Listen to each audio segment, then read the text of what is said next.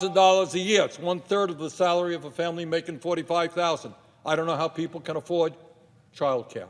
And meanwhile, child care workers earn horrifically low wages and poor benefits. At a time when we have the highest rate of childhood poverty of any major country on earth, does this bill address the dysfunctionality of our child care system? No, not a word. And again, this is a reconciliation bill where we only need 50 votes to make these. Hello everyone, welcome back to my YouTube channel.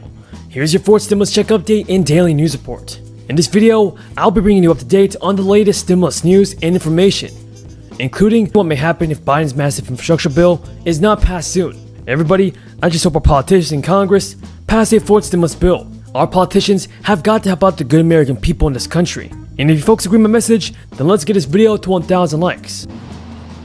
Well, we had a good hour-and-a-half meeting with the president, the vice president, and two Democratic leaders. Almost all of the discussion was about infrastructure, and I think I'm safe in saying there is certainly a bipartisan desire to get an outcome.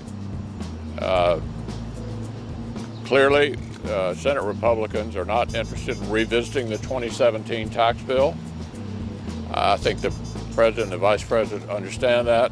Everybody, Democratic lawmakers are trying really hard to approve trillions of dollars in a new spending bill to tackle everything from education to housing and even clean energy. The federal government has struggled to quickly translate cash from Congress into actual shovels in the ground. Everybody, President Joe Biden still has to figure out how to spend the money on time, on budget, and with the intended impact. And depending on how all that goes, President Biden could finally restore faith in big government programs. A former Democratic congressman told NBC News, "The American people are asking one question and one question only. Will this infrastructure package work?" And advocates and outside experts say that the Biden administration is well positioned to route money through existing programs, boost state and local governments that have an existing backlog of infrastructure projects, and accelerate clean energy trends. But there are still a lot of details to fill in and many potential hurdles to overcome.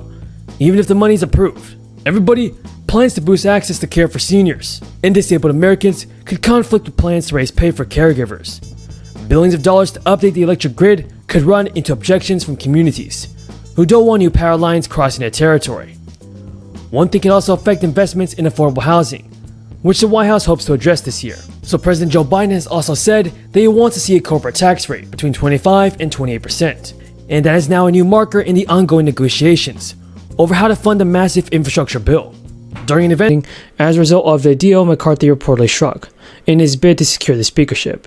Now, to cap discretionary spending in the fiscal year 2022, that would effectively cut $75 billion, everybody. $75 billion from the $900 billion of defense spending that the Democrats have and that the Democrats want. The Republican House majority also passed its first bill this week in an effort to revoke a boost in spending for the IRS.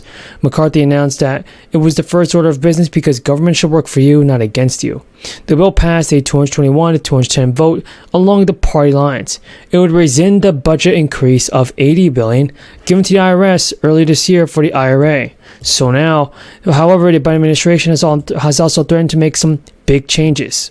And this is what I'm talking about. With Congress divided between Republican-led House and Democratic-held Senate, the policy priorities of either party may pass in a single chamber, but are unlikely to succeed in both. Partisan measures, therefore, have standing a little chance of becoming law, and the current Congress does not expect to pass a bill, major one that is, that advances the partisan platforms of Republicans or Democrats. Some analysts have worried that Republicans infighting in the recent rules package are a sign of more alarming things to come. They fear that the House may not be able to approve a must-pass bill, including government budgets and bills to raise debt ceiling. Congress holds the purse strings. It allocates the funds to federal agencies and programs, folks. And appropriations bills are passed periodically through Congress. But when it runs out, well, things are done. It's over for them. I do want to say that the Congress holds and last year that needed to approve an increase in the government borrowing power known as the debt ceiling. This means that Democrats warned that if the Republican-held House plays politics too much with the issue, it could lead to a disastrous consequence for the U.S. and the economy. And now, our state is on the track to reach a debt ceiling on January 19th, unless Congress does something. In the past, Congress has avoided this raising debt limit, but House Republicans say they will not support another increase unless they get spending cuts or other concessions. Defaulting on the debt would be a first in U.S. history. It would force officials to choose between continuing assistance, like Social Security, and paying interest on the nation's debt. But it has That would give all corporations, no matter how egregious their behavior, immunity. Democratic lawmakers are finally making huge progress on the fourth stimulus package, and it has been decided that billions of dollars in unused relief money will be going towards new stimulus checks for certain Americans. If you want to receive this fourth stimulus check, then be sure to continue watching this video because you definitely don't want to miss out on this. The Pennsylvania legislature has until June 30th to pass a new budget approaches. Pass a new budget, support for some spending of the state's billions of dollars in remaining stimulus money, and surplus tax revenue is gaining bipartisan action.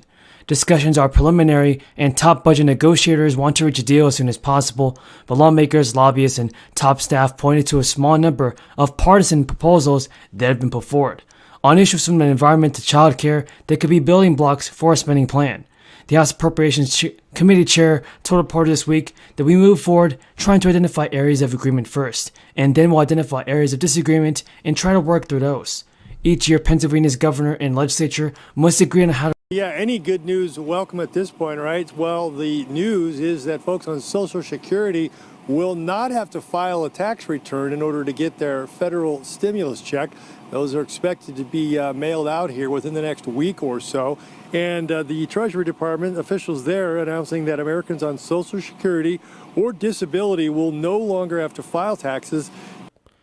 So more financial relief is on the way for millions of low-income households. The lawmakers have actually agreed to send out stimulus aid to those being impacted by the crisis. So Americans may actually qualify for monthly checks of up to $100. And with inflation at record highs, Americans are feeling the pain of higher prices.